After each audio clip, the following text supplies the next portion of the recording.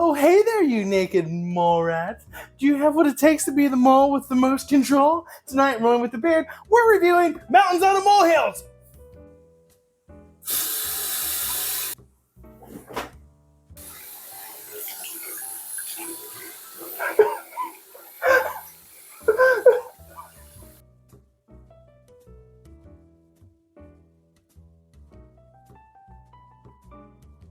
The game takes place over 6 rounds. At the beginning of each round, players take turns drafting cards from this display.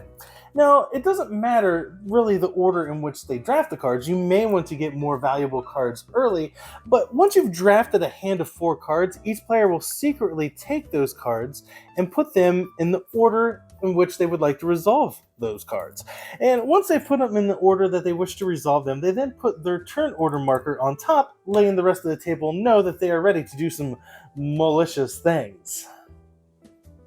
Just came up with that, just on the spot. Malicious. So once all players are ready to begin the round, the first player will then take their topmost card, flip it over, and resolve it. Most of the cards are movement and turns. There's some rocks and pushing up and U-turns, a few little funny business there. But so this moves me forward 3 spaces. 1, 2, 3. Now each new space that I moved into, my mole is pushing dirt up. So I put my little cubes on there. And I want to get cubes up there because I get points at the end of each round for those cubes. So then everyone else would then play their next card. So then my next card I chose is a left-hand turn. So now my mole would turn to the left, and then I get to move forward another space, placing another block on the topmost board. So these cards you can move and then turn, or turn and then move. So it gives you a little bit of flexibility. Now, you're drafting these cards and planning out your movement, but it never plans out exactly the way you wanted it to. But that's kind of the charm of the game. There's just enough chaos in it to make things interesting. Some of the other cards here, I just move forward one, bump a little dirt up there. Some of the cards are rocks. Now, these rocks are exciting because you take the rock token and you choose a spot underneath here, maybe in front of an opposing player, and then I roll the die. And now this is showing that when that player hits that rock, they lose a point of movement and then they have to turn in that direction. Now, any movement that should have you go off the board or into a rock or into another mole underground, that movement space is lost. So it kind of stinks to hit another mole or a rock.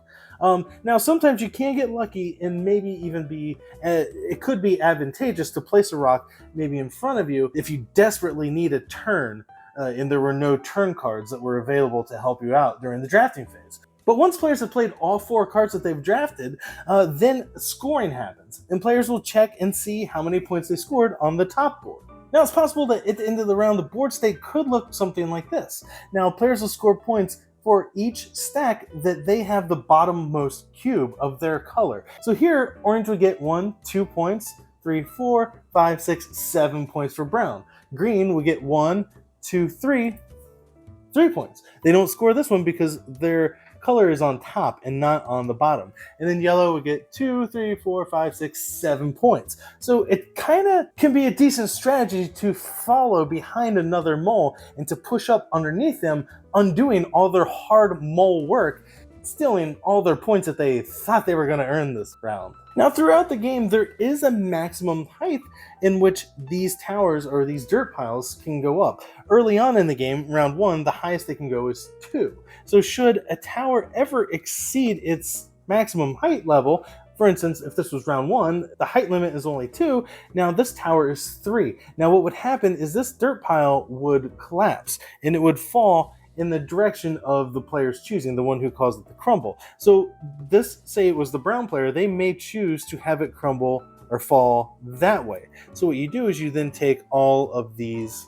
cubes off and then they fall onto the dirt piles in the direction of the fall. Now in later rounds and towards the end of the game, the board state might start to look a little more interesting and look something like this, with these big towers growing, players digging and pushing up dirt from underneath. This game has quite the table presence, obviously, and that's kind of what drew me to it. So in short, draft cards, program your movement, hopefully it goes somewhat close to how you planned, push up dirt, score points for having the cube on the bottom. And that's Mountains Out of Molehills in a nutshell.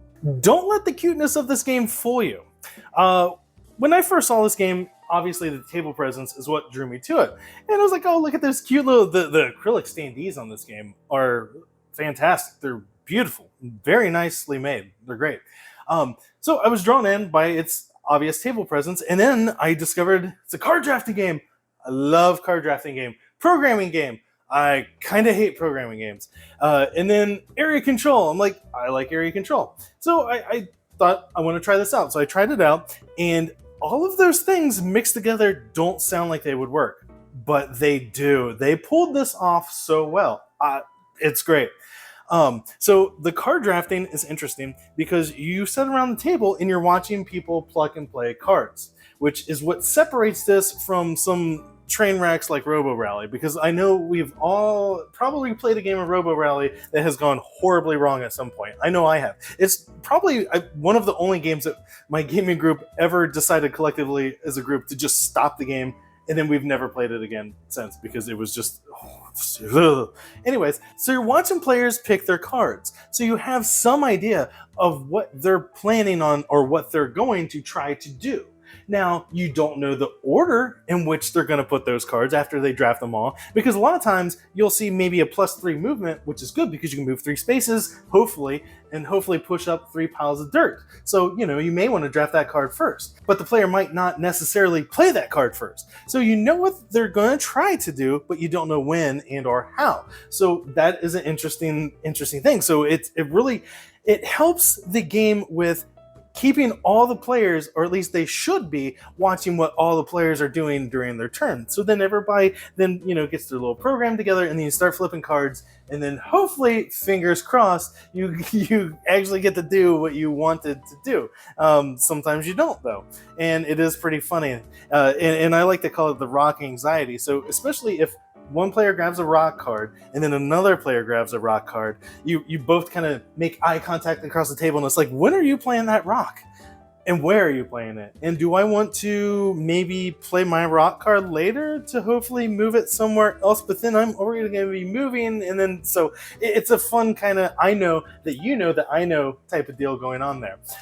So the drafting's awesome. The programming just comes out, hopefully for you, and the pushing up of the rocks. So that when I heard that and I read that in the rule book, I thought this is going to be a hot mess.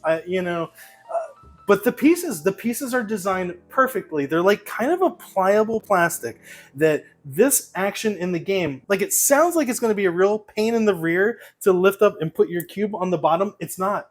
It's not at all. I was really surprised at how fast a player can resolve their turn, even if they're moving 3 spaces or turning and then moving another space. It really doesn't add on any time or cumbersomeness to the game at all. I was really surprised at that, and they pulled it off. And the area control aspect of kind of each little grid space is an area that you want to control. So it's kind of funny, if you happen to get behind a player and they're moving, they're digging, pushing up, but if you programmed correctly and got the right cards, you can just go right behind them and undo everything they do, which is mildly frustrating when you're on the other end of that, but it's really funny to see that come out and play. There's also that interesting mechanic where the towers can only get so tall, and that does increase throughout the game.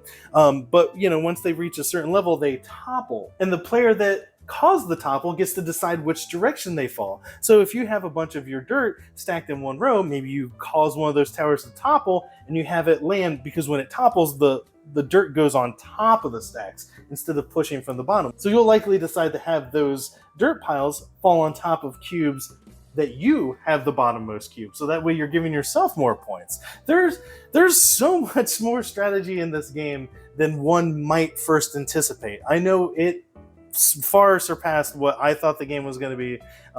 I thought it was going to be largely gimmicky because of the dual layer board thing. But and speaking of that, it's nice. It looks pretty. It really grabs players' attention. And on top of that, I normally don't like a game when the box is part of the board, but it does assemble quickly and it does tear down quickly. Just everything, all the components in this game were very well thought out and designed. It's a great game.